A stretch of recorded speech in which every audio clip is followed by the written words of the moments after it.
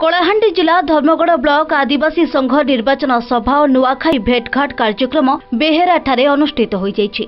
सर्वप्रथम मशाल यात्रा मां दंतेश्वरी पीठरू बाहरी ग्राम परिक्रमा करने सह अनुष्ठित सभारे मशाल स्थापन करा जाई महिम महापुरुष रेंडु माझी फोटोरे माल्यार्पण और पूजार्चना करा जाइथिला। या परे सभा कार्य आरंभ करा जाइथिला।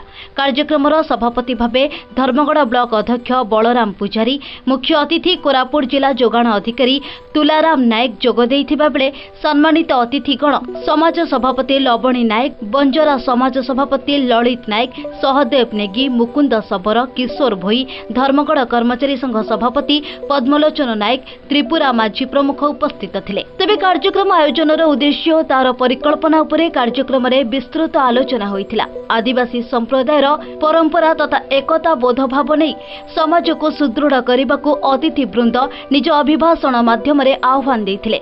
परे नुआखाई परंपरा अनुसार नूतन चूड़ा खिया जाई नुआखाई भेटघाट स्वरूप जुहार आदान प्रदान कार्यक्रम अनुष्ठित होइथिला।